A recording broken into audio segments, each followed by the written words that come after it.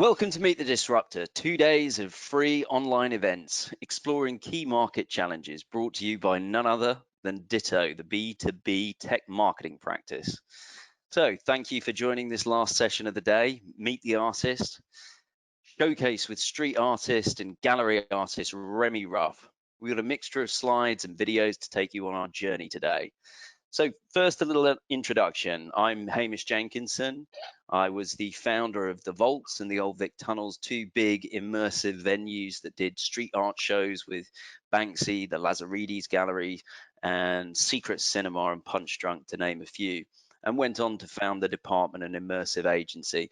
And this afternoon, I'm very privileged to be joined by none other than Remi. Remi, if I could hand over to you and you could maybe do a little introduction and give the audience a little taste of who you are. Hello, mate. Well, thank you very much for having me. Pleasure to be here with the Ditto boys yet again. My name is Remi Ruff. I'm an artist. I've been an artist for 36 years. I paint very big walls and murals, but I also have a studio practice and show my work in galleries. That's kind of it, I guess. Brilliant, thanks Remi. So just a little note on how today's session is going to work. The webinar is being recorded and you can enter any questions in the GoToWebinar side panel. We'll be aiming to wrap up the conversation with Remi by about 5:40, at which point we'll encourage you all to join us at a digital hangout, which is going to take place at ditto.tv/MTD. So the format for the chat today, we're going to cover Remi's life, works, and ambitions in kind of 5 sections, and then we'll have a little bit of time for a Q&A at the end of the session to round it off. So let's kick off this discussion, Remi, with a little conversation around what the role of visual arts means in society. So, you know, if we think back to the caves of Lascaux many thousands of years ago, hundreds of thousands of years ago, the human need to express themselves, painting pictures on walls with their bare hands of animals that they'd been in hunts on, has morphed into these huge kind of murals that you and many others like you now dawn on buildings and buildings all across the world. What does this where does this desire come from to express in this way? I think human beings just love to tell stories. And you know, this started obviously in the caves as a way of telling stories and leaving those stories behind for when those people had either left or died or whatever. And I guess the same goes for me. I love to tell stories, even though the work I do is largely abstract. There's stories within everything I do. And the story is constant. It's constantly moving. It's constantly changing. And I feel like I'm quite privileged to be part of this movement that I'm kind of, you know, been part of for 36 years. You know, it's an interesting one because it's the only art form ever created by children and taken forward by children, graffiti art. And to be part of that is, I think, in a sense, quite historical. And a lot of people don't really realize the historical importance of that. So I kind of, that is part of the story, I guess. Where do you think kind of just an expression of joy sits within that? Because I totally resonate with that, the idea of storytelling being around the campfire and it being such a kind of integral part of being, you know, a human. And the stories that we tell each other is how we define the culture and how we operate as a society. But often when I look at your work, it almost feels more like just a pure expression of joy. And I'm sure in some cases, when we think back to those painters of the caves of Lascaux, maybe it was just about expressing the joy of the hunt that day.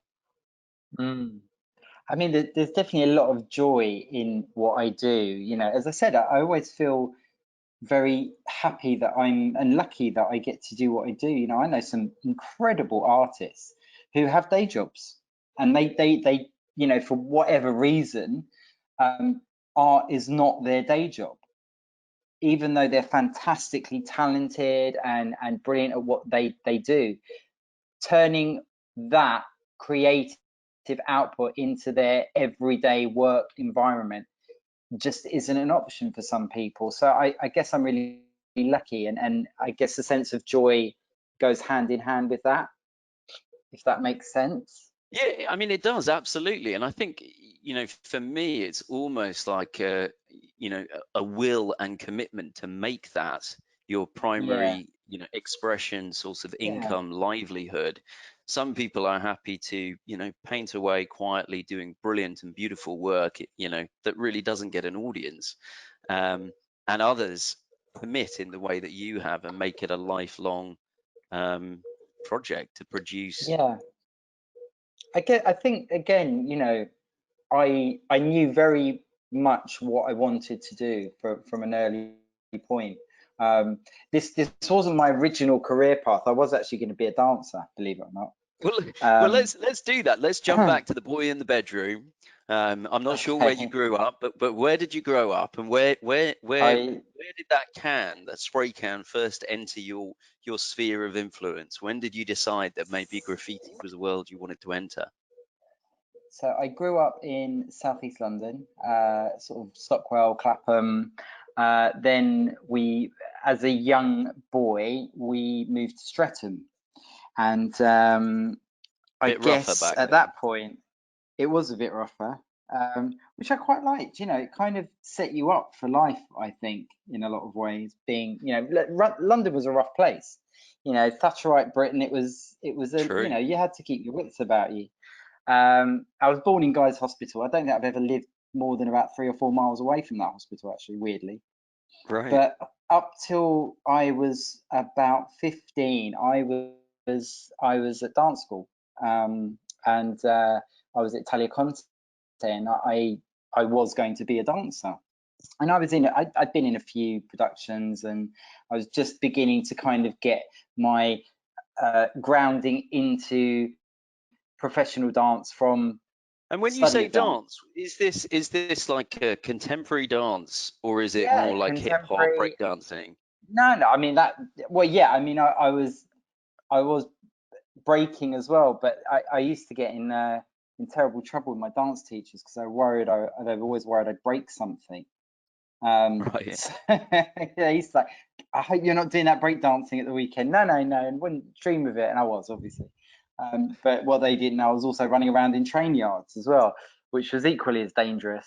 But yeah, that was my path that was set out for me to be a dancer, and it was all contemporary dance, ballet, tap. It was just contemporary modern dance, and and then I kind of just fell into the world of graffiti art through, well, initially a kid at school bought the book Subway Art, and I don't know if you know the book. It's like the Bible of graffiti art. It was published in, I think, 82, and it's all the Right. New York subway cars. And this kid brought it in school, and I borrowed it off him and took it home and just sat there drawing out of it. And I'd always been fairly good at art as a kid, um, but I found something in this expression, in this kind of world, that just really piqued my interest. Um, and the more I got involved in it, and the more I met people, you become part of this kind of network, which even to this day, I mean, it blows my mind. Like I was, pre-internet, pre-email, I was writing to other kids in LA, in Kuwait, in Germany, and we were sending each other photos. And then, somehow you managed to like turn up, get a flight to Charles de Gaulle and go to Paris and then stay on someone's sofa for a week. And all you had was their phone number. It's bizarre, It even seems thinking about it now. inconceivable in today's world It that it, anything like it that could even does. happen, doesn't it? But I always cite graffiti art as the original social network before a social network existed, because you were part of this network like nothing on earth. And you were kids. We were all kids. We were children, but we were connected to all these people all over the world. I was writing to Risk, who lived in LA, in Beverly Hills, and his uh, his postcode or zip code was 90210, and I used to like, Wow. I was obviously watching Beverly Hills 90210, and then that would come into play, and I was just like, wow, he lives in Beverly Hills. This is mad. So yeah, it's kind of It's cool. interesting to me that again, as you enter into that world of graffiti, and we're getting a Yeah, little picture of that, the early dawn of maybe the UK graffiti scene.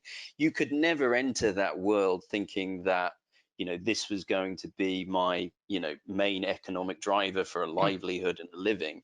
No one in their right mind would imagine that running around train stations and the likes would be, a good way to earn a living.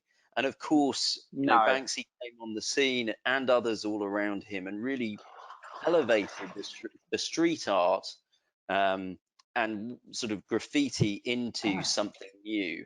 And you were very yeah. much part of that wave. How did it feel at the beginning of the process of being called kind of like a street artist? And then, obviously, from my perspective as an outsider, it felt like there was a blooming period where it really meant something to be a street artist. And then there was a sort of second wave where you needed to move out of just being a pure street artist and become a gallery artist, someone that would be represented and have shows, and transition from work being only viewable on a street or on a train into commissions and print releases and stuff like that. How did that transition work for you? I mean, I guess a lot of it is just opportunities that were put in front of you. And the interesting thing about Banksy is, Banksy was a graffiti artist. Banksy was doing letters. This is pre-stencils. I actually remember sitting in a pub with him whilst he had a show on in Bristol. And it was the first show he'd done with stencils. And he obviously didn't go to the show. He was sitting in a pub in Clapham with me. But we were talking about how he, at the time, thought that doing a stencil on a canvas was a cheat because he could reproduce it quite easily. And he thought people aren't going to buy that. How wrong he was. But the thing is, it's like we all started in roughly the same kind of way and kind of format, and we all had very different work and very different kind of aesthetics to what we were doing, and we also had very different end games. And I think with Robin, he always wanted that social commentary to be the key throughout Yeah, what he did. It was never, absolutely. to be honest, I don't think he really cares about the art or how it's put down, or the technique, or It's how good it looks. Yeah, the he ideas doesn't behind care the about work. he doesn't care about the aesthetics of it. All he cares is the concept and how it's delivered and where it's delivered, and which is fantastic. It's great.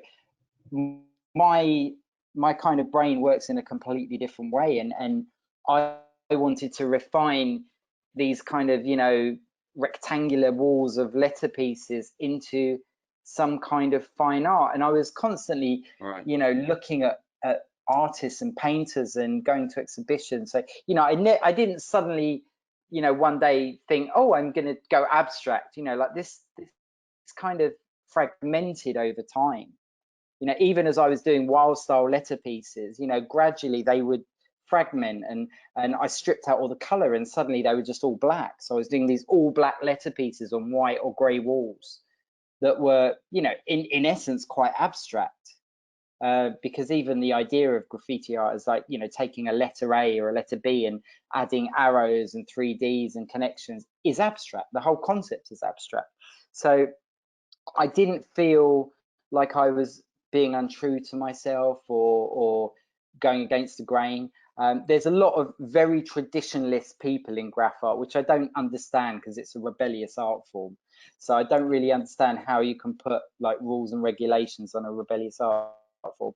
But I saw people like Futura and Remi and what they were doing, and people who'd shifted into this kind of more abstract space, and I just wanted to do the same. All I want to do is make art. I just want to make things that people can connect with. That's it, really. Well, on that note, let's play a little video for the audience, so that those that may not be as familiar as I am, and maybe others listening are, let's get a sense of your work. We've got a nice little 1-minute video, which I'm hoping can be teed up and played now.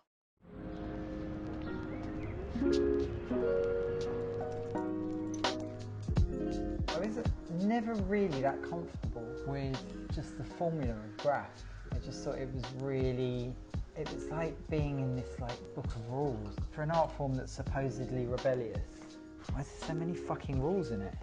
And so on my own decision, just decided to break whatever those rules were as often as I could. You know, the Beatles made these kind of like 3-minute love songs over and over and over and over. And they got to a point where they just couldn't do it anymore. And, you know, they started making albums like Revolver and the White Album, and their whole sound abstracted. And I kind of see a lot of people who come from a more post-graffiti background in that same kind of mentality. They were in a position where they had to abstract, they had to take things forward. They couldn't just continue writing their name over and over again. I have to big Excellent. up the amazing Chop 'em Down Films who did that film. They're like an LA based film company, and they do studio visits. They film a lot of mural projects, and they came to London especially to film in my studio for that. So it's a lovely little piece. I really enjoyed it, Yeah, and it's cool, isn't it? it makes me, I mean, it makes me think, and of course, what we were just talking to is kind of the evolution of the art scene that you were involved in, sort of graffiti, street art.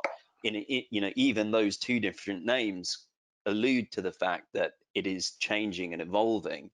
Um, Yeah, and what I think is constantly. quite interesting when you and I have spoken before, Remy, is that it may not be apparent to someone looking at your work when they first see it on a mural on a building, but you are also a connoisseur and an art historian, and that has really informed your practice.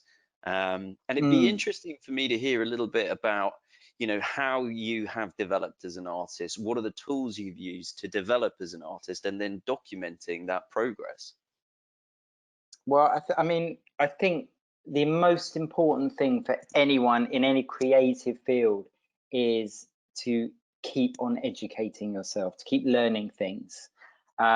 Whether that's, in the world of tech, you learn new software, you learn new ways of using the tech that's to hand, or whether you're learning, learning about new artists, learning about old artists, learning about manifestos and how the art world works.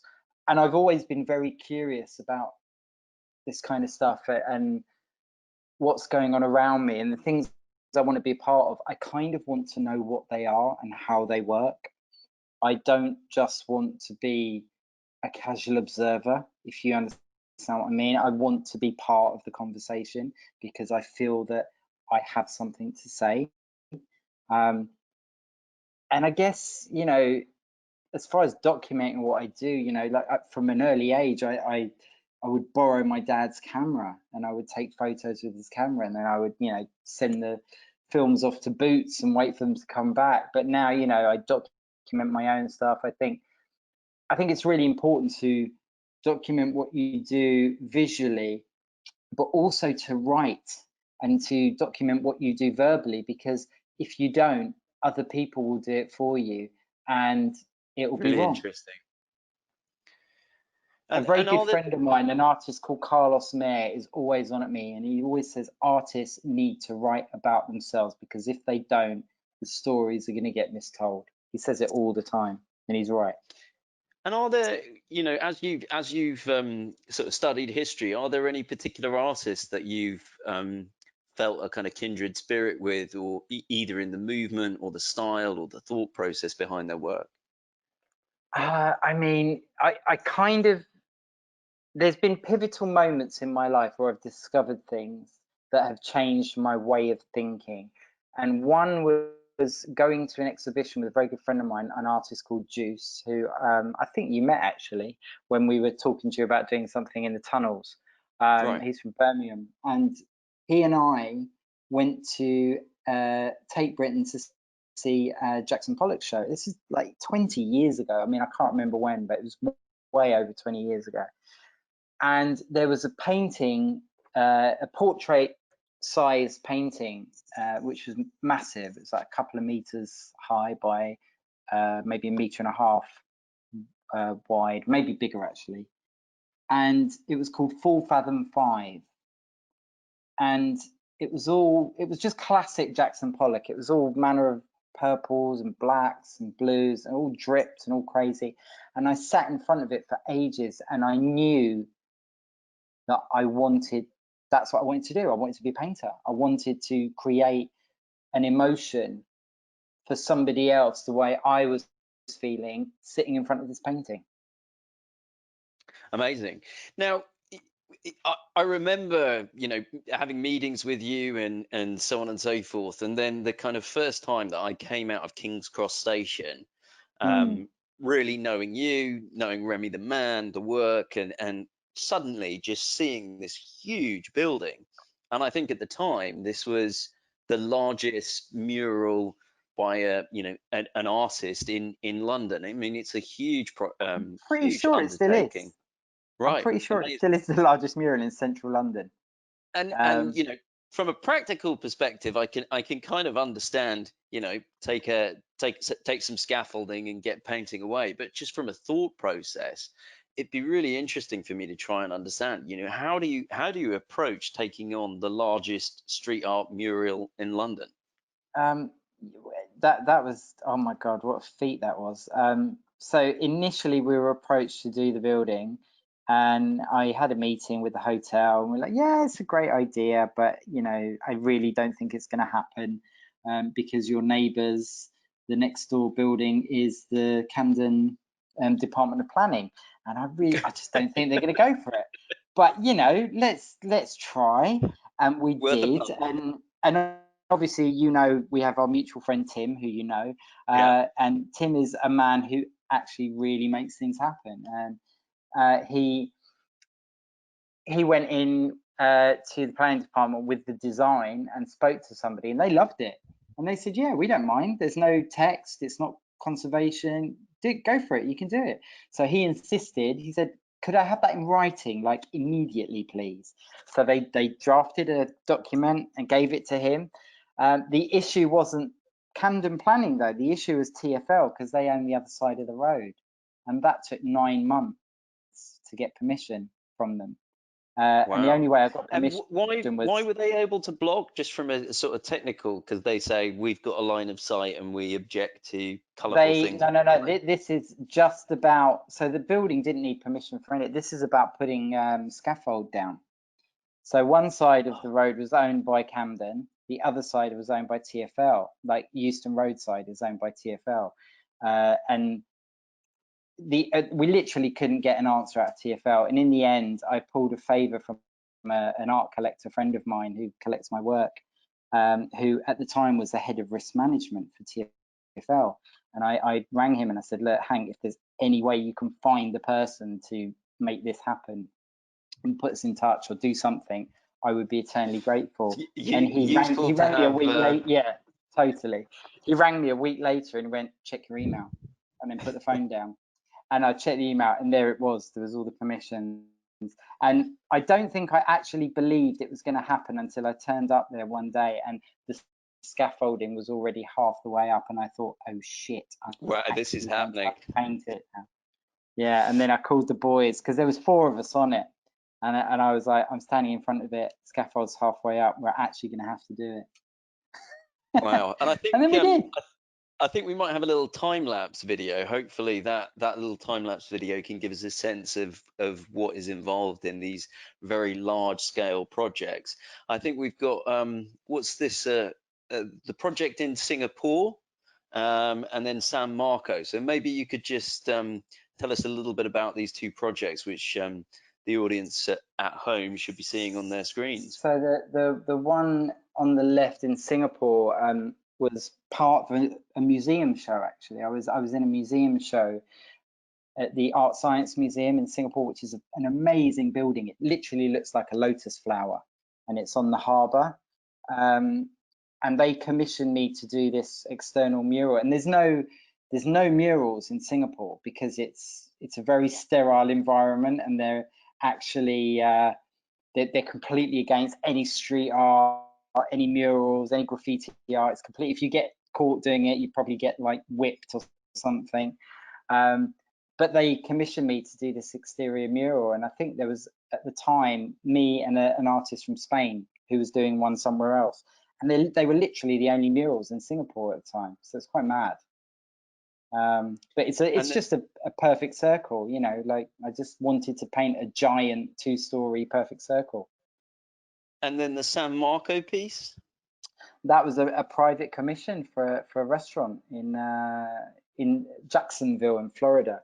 I've got a really lovely bunch of people that I work with called Art Republic Global, and they took me out to Florida last year, and we did about 4 different projects together.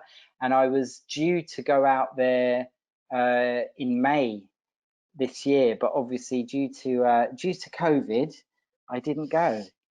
Yeah, all plans are off. All plans are off, but hopefully those projects are kind of on hold. So hopefully at some point we will be able to pick them up. That's actually, that one on the right is one of my favorite murals I've done in a while, actually. I mean, the scale of that is, you know, I don't That's think tiny. Leonardo da That's a little one. Vinci, you know, That's a he baby managed one. maybe the bottom left corner. That's a baby one. You Well, should see. I've got an 11-story one in Richmond, Virginia. wow. Well, let me throw a question at you. Which building, if you could paint any, would you choose to adorn with your? Well, that's an interesting question. So I have on my Instagram, I have been doing a series of fantasy projects, which Excellent. are photoshopped murals on buildings I would love to paint. I did the Tate, the Blavatnik building, the pyramid. I did the White Cube in Mason's Yard. Amazing. I've done loads, and then I Just for produced the a book audience listening, what's your Instagram handle so that people can check that out? at Remi Ruff. Nice and simple. But yeah, and there's also I released a book during Corona times, which is full of 25 of those fantasy projects. So you can buy that on my website, which is remiruff.com. Plug. But there's not many left. There's only a couple. Oh, But that's yeah, excellent. so there's loads of buildings I'd love to paint, but they're never ever the ones I want to paint. I just get sent buildings, do you want to do this, or can you come and do this? And it's not necessarily ones that I want to do. Sure. When we look at some of the scale and size of these projects, it does make me think about the kind of economics and the business side of art. And it strikes me that quite often the artist almost has to act as a CEO, chief executive of Remi Ruff Incorporated. And there's a whole host of the business side of commissioning and contracting to do these large scales. There's the budgeting of like the practical aspects, things like scaffolding and rigging units and permissions to be able to get them on the streets, as you've described. These are it's not like someone sitting at home with a canvas and some oil paints. These are highly complex projects that you're undertaking, and I'd be interested to hear a little bit about the kind of the economics of the art, but also the kind of the business side of how you manage it, Remi, because these are large undertakings and highly complex. Yeah. I think the best bit of advice I've ever been given by a good friend of mine, another artist from LA called Augustine Coffey, who's actually one of the other artists on the hotel in King's Cross. He said to me a few years back, stick to the plan, never veer for the plan. Once you've got a good plan, stick with it, make it happen. And I think that the reason that's really good advice is because these things are big, they are complex, they are hard to do. And if you try and freestyle these kind of things, even with regards, the budgeting and the financial side of things, you can't. They cost a lot of money to do. The beauty of them, for you and I to, or for anyone to walk down the street and enjoy them, it costs nothing. But to make them happen costs. You know, you're talking immense amounts I of mean, just the literage cost of, of paint alone yeah, would be paint, significant sums of um, money. paint, logistics, sundries, which usually come up, you know, to quite an extensive amount, and that's like, you know, masking tape, spirit levels, chalk lines, gloves, you know, this the list of things you need, you know, like steel toe cap boots, then hiring boom lifts or whatever, hiring somebody to drive the boom lift if you don't have a license. So, you know, For there's a those lot of, kind of support roles, do you tend to work with like a small core group of people, or when you would go out to I've, Singapore or America, do you end up working with kind of local contractors? How does that work? so for example, when I went to Jacksonville in Florida, um, they kindly hooked me up with a fantastic artist, a guy called Mark, who is a great artist in his own right, but he's also a fantastic production guy. And he was Right. great, and he helped me on all my murals, and we became really good mates. Um, there's a guy I work with here who I always say is the only person in the world who can literally paint a Remi without me being there, and he actually has. I've sent him places. I'm not saying where, but I've Yeah. sent him places, and he's painted murals without me even being there, And then because he's so good. from a technical sort of side of things, you've also, you know, you've said planning is absolutely key. Stick to the plan. Yeah, When you're, yeah. you know, when you're faced with a big empty wall, how do you go about doing that? Do you take a photograph of it? Do you do it on a computer program? How does that Yeah, I first mean, brushstroke start?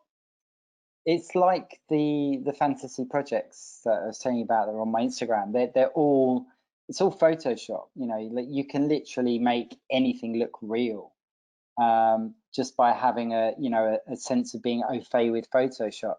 Um, and they're gridded. You know, most buildings have windows or kind of, you know, split levels or things that you can use as grids. I very, very rarely get offered a clean, white, flat, completely perfect wall. Very, very rarely. And to be honest, they're the hardest ones to paint. You know, when they've got windows and things that you can, that line goes at Bounce off. 35 degrees. Yeah, you know, it's kind of, I mean, yeah, I've done enough of them that you just turn up and do them. You know, there's always that moment when you stand in front of the wall, even if it's just like a little 2-story one, where you go, fuck, how am I going to do this? And then 10 minutes later, I'm up the cherry picker and I'm doing it. So it never lasts very long. Amazing. Well, I mean, yeah, I think you mentioned at the beginning of this talk that this has been a sort of 36-year journey from the moment you picked up your first spray can, and long Yeah. may that journey continue. Um, but you've also talked about kind of documenting your work, talking about your work, and obviously Mm. you are doing, you know, huge murals on the side of buildings all over the world. So it's clear you'll leave a legacy, and I'd be interested to kind of hear in your own words what you hope that legacy will be, and what message you might give to younger artists looking to follow in your footsteps. I mean, I tend not to think about that much, but I guess if I was to think about it, I would like people to have a sense of understanding that I took things that were happening before I got involved in them, i.e. graffiti, i.e. suprematism, you know, looking at artists like Malevich or Mondrian or whatever. And I picked up the baton and I ran with it. And somebody somewhere, i.e. me, and I'm sure there's a lot of other people picking up batons everywhere. But, you know, those people who pick up the baton and basically carry on things and ideas and ideologies, if that can be in some way a footnote in history, I think that would be enough for me. I don't need to be rich and famous. I don't want to be, you know, I see artists of sheer celebrity, and that literally fills me with dread, the idea of that. You know, I'd rather be pretty unknown, do what I'm doing. And that's what I like about painting the murals. You know, people see them, they don't know I did it. You know, most of them I don't even sign. You know, I just paint them and leave them, and it's there. I think, to be honest, maybe that's enough. Maybe the murals are the legacy. And as they fade, you know, that's great. They become different things. And if someone wants to go and have a go at fixing it, cool, great, do it. We've got a lovely little time-lapse video that I'd like to just drop if we can. So I think that should play in a minute. I made this all by myself. Well, I'm excited to see it.